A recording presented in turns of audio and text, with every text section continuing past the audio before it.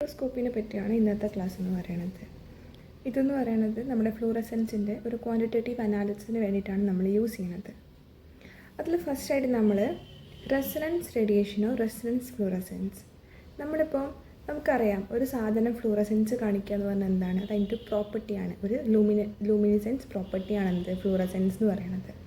അപ്പോൾ നമ്മൾ ഒരു മോളിക്യൂളിലേക്ക് നമ്മൾ എന്ത് ചെയ്യുന്നുണ്ട്, ഒരു റേഡിയേഷൻ കൊടുക്കുന്നുണ്ട്. അപ്പോഴാണ് അത് എന്ത് ചെയ്യണത്, ലൈറ്റ് എമിറ്റ് ചെയ്യുക, അല്ലെങ്കിൽ അത് എക്സൈറ്റഡ് സ്റ്റേറ്റിലോട്ട് പോയി അത് ലൈറ്റ് എമിറ്റ് ചെയ്തിട്ട് ഗ്രൗണ്ട് സ്റ്റേറ്റിലേക്ക് വരുന്നത്. അപ്പോൾ എന്താണ്, അവിടെ അബ്സോർബ്ഡ് റേഡിയേഷനും എമിറ്റഡ് റേഡിയേഷനും ഫ്രീക്വൻസിയിൽ ഒരു വ്യത്യാസവും ഇല്ലാതെ, അതായത് ഏത് ഫ്രീക്വൻസിയാണോ അബ്സോർബ് ചെയ്യുന്നത് അതേ ഫ്രീക്വൻസി ഓഫ് ലൈറ്റിനെ അവരെന്ത് ചെയ്യാണ്, എമിറ്റ് ചെയ്യാണ്. അങ്ങനത്തെ കേസിനെയാണ് നമ്മൾ റെസൊണൻസ് ഫ്ലൂറസെൻസ് എന്ന് പറയാം. അതായത് അവിടെ എന്താണ്, അവിടുത്തെ ഫ്രീക്വൻസിക്ക് മാറ്റമൊന്നും ഉണ്ടാവുന്നില്ല. ഓക്കെ, ഇനി നമുക്ക് കുറച്ച് ടേംസ് പഠിക്കാം. അതിൽ ഫസ്റ്റ് വരുന്ന ടേംസാണ് സിംഗ്ലറ്റ് സ്റ്റേറ്റ് എന്ന് പറയുന്നത്. Singlet state. പിന്നെ വരുന്നതാണെന്ത്, ട്രിപ്ലറ്റ് സ്റ്റേറ്റ് എന്ന് പറയുന്നത്. ഇത് നിങ്ങൾക്ക് അറിയാവുന്നതായിരിക്കാം, ബട്ട് സ്റ്റിൽ നമ്മൾ ഒന്നും കൂടെ പറയുകയാണ്. ഇപ്പം നമ്മുടെ മോളിക്യൂളിലെ ഇലക്ട്രോൺസ് ഒക്കെ പെയർഡ് സ്റ്റേറ്റിലാണെന്ന് വിചാരിക്കുക. അവരെന്താണ്, പെയർഡ് ആണെന്ന് വിചാരിക്കുക. അപ്പം നമ്മൾ എന്ത് പറയും, അവർ സിംഗ്ലറ്റ് സ്റ്റേറ്റ് ആണെന്ന് പറയും. ഓക്കെ, എന്തെന്ന് പറയും, സിംഗ്ലറ്റ് സ്റ്റേറ്റ് ആണെന്ന് പറയും. ഓക്കെ, എന്നാൽ നമ്മുടെ ഇലക്ട്രോൺസ് എന്താണ്, അൺപെയർഡ് ആയിട്ടാണ് ഇരിക്കുന്നത്. അൺപെയർഡ് എന്ന് പറഞ്ഞാൽ എന്താണ്, ഇത് പെയർഡ് സ്റ്റേറ്റ് ആണെന്നും ഇത് അൺപെയർഡ് സ്റ്റേറ്റ് ആണെന്നും നിങ്ങൾക്ക് അറിയായിരിക്കും. അപ്പോൾ അൺപെയർഡ് ആണെങ്കിൽ നമ്മൾ എന്ത് പറയും, അതിനെ ട്രിപ്ലറ്റ് സ്റ്റേറ്റ് എന്ന് പറയും. കാണിച്ചു തരാം. ഇപ്പോൾ നമ്മുടെ 3 എനർജി ലെവൽസ് ഉണ്ട്, നമ്മുടെ ഇലക്ട്രോൺസ് ഉണ്ടെന്ന് വിചാരിക്കുക. ഇത് ഗ്രൗണ്ട് സ്റ്റേറ്റ് ആണ്, ഇത് ഫസ്റ്റ് എനർജി ലെവലാണ്, ഇതെന്ത് സെക്കൻഡ് എക്സൈറ്റഡ് സ്റ്റേറ്റുമാണ്. അപ്പോൾ നമ്മളൊരു മോളിക്യൂള്, അതിനകത്തുള്ള ഇലക്ട്രോൺസ് 2 ഇലക്ട്രോൺ ഉണ്ടെന്ന് വിചാരിക്കൂ. ഓക്കെ അല്ലേ? അപ്പോൾ ഇവിടെ എന്ന് പറഞ്ഞാൽ നമ്മുടെ എസ് എന്താണ്, 2s+1. നമുക്കറിയാലോ 2s+ ഇക്വേഷനിൽ എസ് എന്താണ്, ഇവിടെ ഒരെണ്ണം ഹാഫ് ആണെങ്കിൽ മറ്റേത് എന്തായിരിക്കും, -½ ആയിരിക്കും. അപ്പോൾ ആ +½ -½ കൂടെ എന്തായി, 0 ആയിപ്പോയി. പിന്നെ നമുക്ക് അവിടുത്തെ എസ് വാല്യൂ എന്ന് പറയുന്നത് എന്തായിരിക്കും, 0 ആയിരിക്കും. ഓക്കെ അല്ലേ? അപ്പോൾ 2s+1 നമ്മൾ നോക്കുകയാണെങ്കിൽ 2 × 0 + 1 എന്താണ്, 1 ആണ്. ഈ 1 കിട്ടണത് കൊണ്ടാണ് നമ്മൾ എന്ത് പറയണത്, അത് സിംഗ്ലറ്റ് സ്റ്റേറ്റ് എന്ന് പറയണത്. ഇനി നമ്മളിത് എക്സൈറ്റേഷനിൽ പോവാം. എക്സൈറ്റേഷനിൽ പോണ സമയത്ത് ഒന്നെങ്കിൽ 2 പ്രോബിലിറ്റി ഉണ്ട്. ഒന്നെങ്കിൽ അയാൾക്ക് ഇങ്ങനെ എക്സൈറ്റഡ് ആവാം, അല്ലെങ്കിൽ ഇങ്ങനെ എക്സൈറ്റഡ് ആവാം. എന്ന് വെച്ചാൽ ഇത് സെയിം സ്പിന്നാണ്, ഇതെന്താണ്, ഓപ്പോസിറ്റ് സ്പിന്നാണ്. ഇനി ഓപ്പോസിറ്റ് സ്പിന്നാകുന്ന സമയത്ത് ഒരാൾ +½ ആണെങ്കിൽ അടുത്ത ആൾ എന്തായിരിക്കും, -½ ആയിരിക്കും. അവിടെയും എന്താണ്, s=0 ആയിരിക്കും. ഓക്കെ അല്ലേ? അപ്പോൾ ഇവിടെയും അയാൾ എന്താണ്, സിംഗ്ലറ്റ് സ്റ്റേറ്റിൽ എക്സിസ്റ്റ് ചെയ്യും. എന്നാൽ ഈ കേസ് കണ്ടോ, നിങ്ങൾ ഈ കേസ് നോക്കിയേ, ഈ തേർഡ് കേസ്. ഈ കേസിൽ നോക്കുവാണെങ്കിൽ അയാൾക്ക് എന്താ പറ്റിയത്, രണ്ടും എന്താ ഒരേ സ്പിന്നിലാണ് നിൽക്കുന്നത്. അപ്പോൾ ഒരാൾ ഹാഫ് ആണെങ്കിൽ ഓഫ് കോഴ്സ് അടുത്ത ആൾ എന്തായിരിക്കും, ഹാഫ് തന്നെയായിരിക്കും. അപ്പോൾ എന്താ പറ്റുക, +½ കൂടെ സം ചെയ്ത് കഴിഞ്ഞാൽ അവിടെ s=1 എന്നുള്ളൊരു വാല്യൂ കിട്ടും. അപ്പോൾ s=1 കിട്ടിക്കഴിഞ്ഞാൽ എന്താ, s=1 ആയിക്കഴിഞ്ഞാൽ 2s+1 2 × 1 + 1 ആയി. എന്ന് പറഞ്ഞാൽ എന്താ, 3. അപ്പോൾ അയാൾ ഏത് സ്റ്റേറ്റിലോട്ട് മാറി, ട്രിപ്ലറ്റ് സ്റ്റേറ്റിലോട്ട്, ട്രിപ്ലറ്റ് ആയിട്ടുള്ള എക്സൈറ്റഡ് സ്റ്റേറ്റിലോട്ട് നമ്മുടെ ഇലക്ട്രോൺ മാറിയിരിക്കുകയാണ്. ഇതാണെന്ത്, സിംഗ്ലറ്റ് സ്റ്റേറ്റും ട്രിപ്ലറ്റ് സ്റ്റേറ്റും. ഇനി ഒരു വേറൊരു കേസ് നോക്കൂ. ഇവിടെ നിന്ന് ഫസ്റ്റ് എക്സൈറ്റഡ് സ്റ്റേറ്റിലോട്ട് മാറാതെ ഇലക്ട്രോൺ ഡയറക്റ്റ്ലി സെക്കൻഡ് എക്സൈറ്റഡ് സ്റ്റേറ്റിലോട്ട് മാറി. അവിടെയും എന്താണ്, സെയിം, രണ്ടും ഡിഫറെൻ്റ് ആയിട്ടുള്ള സ്പിന്നാണ്. ഓട്ടോമാറ്റിക്കലി എന്തായിരിക്കും, അവിടെ s=1 ആയിരിക്കും. സോ s=1 ആയിരിക്കും. അപ്പോൾ 2s+1 എന്തായി, 3 ആയി, ട്രിപ്ലറ്റ് സ്റ്റേറ്റ് ആയി. ഓക്കെ അല്ലേ? ഓക്കെ, ഈ ഫ്ലൂറോമെട്രി അല്ലെങ്കിൽ ഫ്ലൂറസെൻസിൻ്റെ ഒക്കെ നമുക്ക് ബേസിക്കായിട്ട് പ്രിൻസിപ്പളായിട്ട് പറയാൻ പറ്റുന്ന സാധനമാണ് ചെപ്ലോൻസ്കി ഡയഗ്രം എന്ന് പറയുന്നത്. ഇപ്പോൾ ഒരു ഇലക്ട്രോണിലേക്ക് അല്ലെങ്കിൽ ഒരു മോളിക്യൂളിലേക്ക് ലൈറ്റ് വന്ന് ഇടിക്കുന്ന സമയത്ത് ആ മോളിക്യൂൾ എന്ത് ചെയ്യും, ലൈറ്റ് അബ്സോർബ് ചെയ്യും. ആ ലൈറ്റ്സ് അബ്സോർബ് ചെയ്ത് കഴിഞ്ഞിട്ട് അവരവരുടെ ഗ്രൗണ്ട് സ്റ്റേറ്റിൽ നിന്ന് എക്സൈറ്റഡ് ആവും. അപ്പോൾ s0 സ്റ്റേറ്റിൽ നിന്നാണെങ്കിൽ s1 s2 s3ലേക്ക് അവർക്ക് എന്ത് ചെയ്യാൻ പറ്റും, എക്സൈറ്റഡ് ആവാൻ പറ്റും. കറസ്പോണ്ട്ലി എന്തുണ്ട്, ട്രിപ്ലറ്റ് സ്റ്റേറ്റും അതുപോലെ തന്നെ ഉണ്ടാവും, T1 T2 T3. ഓക്കെ, ഇനി ഈ എക്സൈറ്റഡ് ആയ മോളിക്യൂൾസ് ഗ്രൗണ്ട് സ്റ്റേറ്റിലോട്ട് തിരിച്ചു വരുന്നത് ഡിഫറെൻറ്റ് പ്രോസസ്സ് വഴിയാണ്. അതാണ് ഇതാണ് എന്ത്, ഒന്നെങ്കിൽ നോൺ റേഡിയേറ്റീവ് ട്രാൻസിഷൻ ആവാം, അല്ലെങ്കിൽ എന്താവാം, റേഡിയേറ്റീവ് ട്രാൻസിഷൻ ആവാം.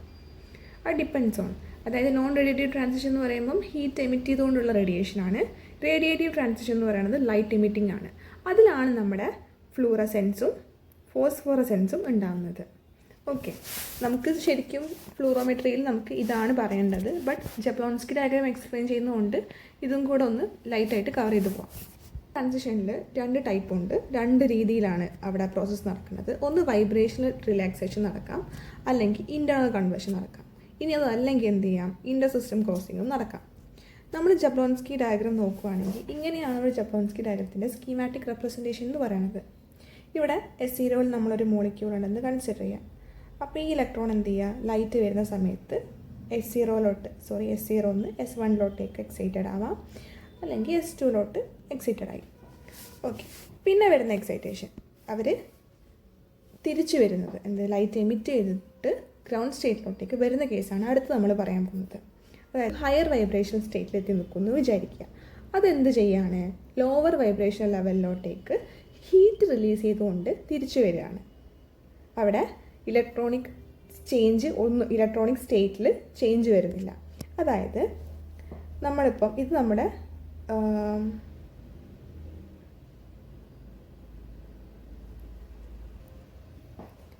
ഇവിടെ നോക്കുകയാണെങ്കിൽ നമ്മുടെ S0 ആണ്. S0-നകത്ത് S0, S1, S2 എന്ന് പറയുന്നത് ഇലക്ട്രോണിക് എനർജി സ്റ്റേറ്റുകളാണ്. അതിനകത്ത് ഒരുപാട് വൈബ്രേഷണൽ സ്റ്റേറ്റുകളുണ്ട്. അതാണ് നമ്മളിവിടെ V0, V1, V2 എന്ന് പറഞ്ഞിട്ട് റെപ്രസെൻ്റ് ചെയ്ത് വെച്ചിട്ടുള്ളത്. അതുപോലെ തന്നെ S1-ലും V0, V1, V2 പറഞ്ഞിട്ട് ഒരുപാട് വൈബ്രേഷണൽ എനർജി സ്റ്റേറ്റുകളുണ്ട്. അപ്പോൾ നമ്മൾ പറഞ്ഞെന്താ, ഹീറ്റ് എനർജി ആയിട്ട് ട്രാൻസ്മിറ്റ് ചെയ്യുന്ന ഒരു ഫസ്റ്റ് നോൺ റേഡിയേറ്റീവ് ട്രാൻസിഷനായിട്ടുള്ള വൈബ്രേഷണൽ റിലാക്സേഷൻ. ഈ വൈബ്രേഷണൽ റിലാക്സേഷൻ എന്ന് പറയുമ്പോൾ S1-നകത്തുള്ള ഒരുപാട് വൈബ്രേഷൻ എനർജി, അതിനകത്തുള്ള ഒരു ഹയർ എനർജി സ്റ്റേറ്റിൽ നിന്ന് എന്ത് ചെയ്യുക, ലോവർ എനർജി സ്റ്റേറ്റിലോട്ട്, ലോവർ വൈബ്രേഷൻ സ്റ്റേറ്റിലോട്ട്, ഇലക്ട്രോണിക് സ്റ്റേറ്റ് ഇവിടെ മാറുന്നില്ല, എന്താ ഒരു V2 V0-ലോട്ടോ V3 V0-ലോട്ടോ, അങ്ങനെ ഹയർ വൈബ്രേഷണൽ സ്റ്റേറ്റിൽ നിന്ന് ലോവർ വൈബ്രേഷണൽ സ്റ്റേറ്റിലോട്ടേക്കുള്ള ആ ഒരു ട്രാൻസിഷനെയാണ് നമ്മൾ എന്തെന്ന് പറയുക, വൈബ്രേഷണൽ റിലാക്സേഷൻ എന്ന് പറയുന്നത്. ഓക്കെ അല്ലേ? ഇവിടെ എന്താണ്, ഇലക്ട്രോണിക് സ്റ്റേറ്റിൽ മാറ്റമൊന്നുമില്ല. ഇനി അടുത്തതെന്ന് പറയുന്നത് എന്താണ്, ഇൻറ്റേർണൽ കൺവേർഷൻ. ഇൻറ്റേർണൽ കൺവേർഷൻ എന്ന് പറയുമ്പോൾ എന്താണ്, S1 S0-ലോട്ട് എന്നുവെച്ചാൽ ഹയർ സ്റ്റേറ്റിൽ നിന്ന് ലോവർ സ്റ്റേറ്റിലോട്ട് വരികയാണ്. എന്നാൽ ചേഞ്ച് ഇൻ ഇലക്ട്രോണിക് സ്റ്റേറ്റ് അവിടെ സംഭവിക്കുന്നുണ്ട്. ഓക്കെ, അതായത് ഇൻറ്റേർണൽ കൺവേർഷൻ അല്ലേ. നോക്കൂ, നമ്മളിപ്പോൾ ഉള്ളത് S1-ലുള്ള വൈബ്രേഷൻ സ്റ്റേറ്റിലാണ്. ഈ S1-ലുള്ള വൈബ്രേഷൻ സ്റ്റേറ്റിൽ നിന്ന് ഹയർ എനർജിയിലാണ് ഇയാൾ നിൽക്കുന്നതെന്ന് വിചാരിക്കും.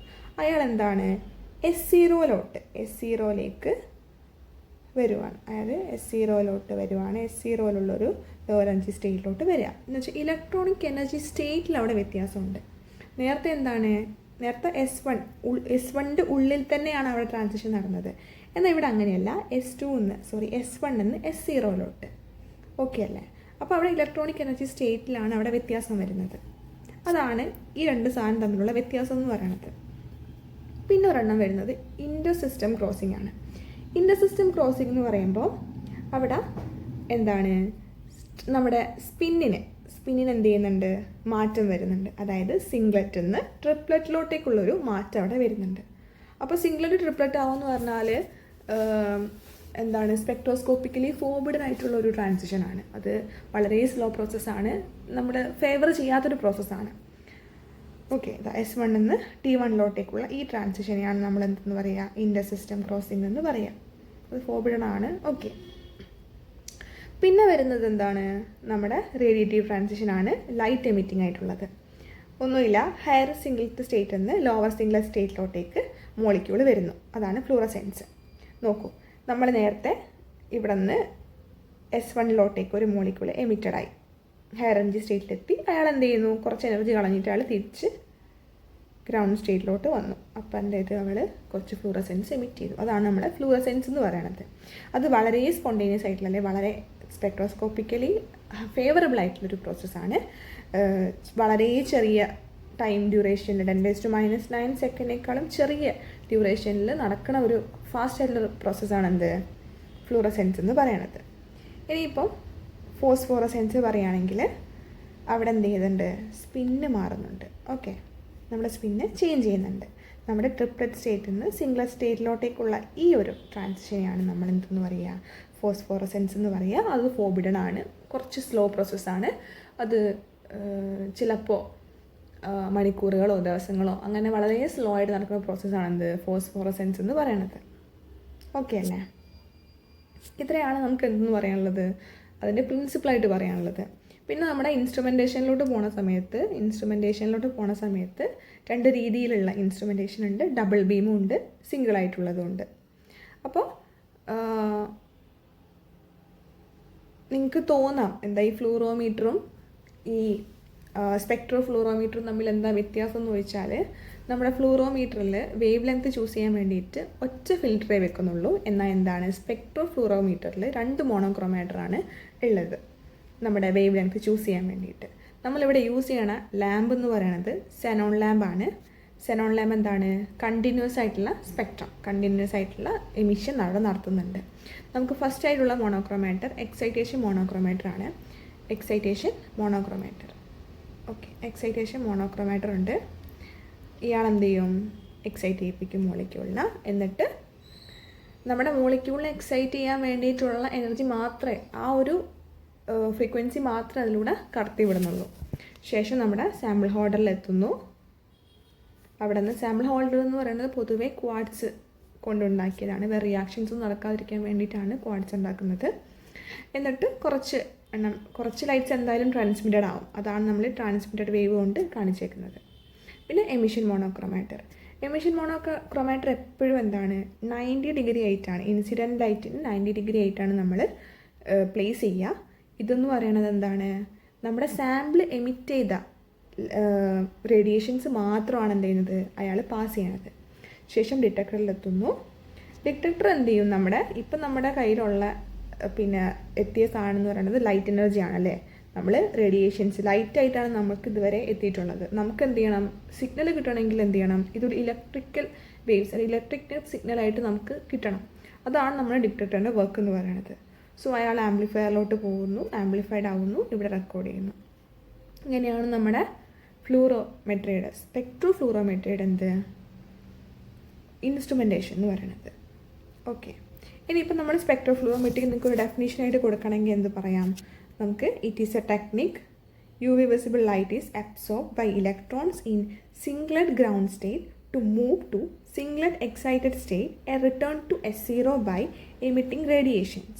നമ്മൾ എക്സൈറ്റഡും എമിഷനും നോക്കുകയാണെങ്കിൽ ഈ എമിഷൻ ഫ്ലൂറസെൻസ് സ്പെക്ട്രത്തിൻ്റെ വേവ് ലെങ്ത് എന്ന് പറയുന്നത് എക്സൈറ്റഡിനേക്കാളും കുറച്ചും കൂടെ ഹയർ ആയിരിക്കും. അതാണ് നമ്മൾ ഗ്രാഫ് വരയ്ക്കുന്ന സമയത്ത്, ഗ്രാഫ് പ്ലോട്ട് ചെയ്യുന്ന സമയത്ത് ഇൻറ്റൻസിറ്റി Y ആക്സിസിലും വേവ് ലെങ്ത് X ആക്സിസിലും വരയ്ക്കുമ്പോൾ എമിഷൻ കുറച്ചും കൂടെ ഹയർ വേവ് ലെങ്ത്തിലാണ് കാണിക്കുക. നമ്മൾ എക്സ്പ്ലെയിൻ ചെയ്യണത് സ്റ്റോക്സ് ലോയുടെ വഴിയാണ്. അതായത് എമിഷൻ വേവ് ലെങ്ത് എന്ന് പറയുന്നത് സ്റ്റോക്സ് ലോ പ്രകാരം എമിഷൻ വേവ് ലെങ്ത് എക്സൈറ്റഡ് വേവ് ലെങ്ത്തിനേക്കാളും ഹയർ ആണ്. അതായത് ഫ്ലൂറസെൻസ് എപ്പോഴും ലോങ്ങർ വേവ് ലെങ്ത്തിലാണ് നടക്കുന്നത്. ഓക്കെ,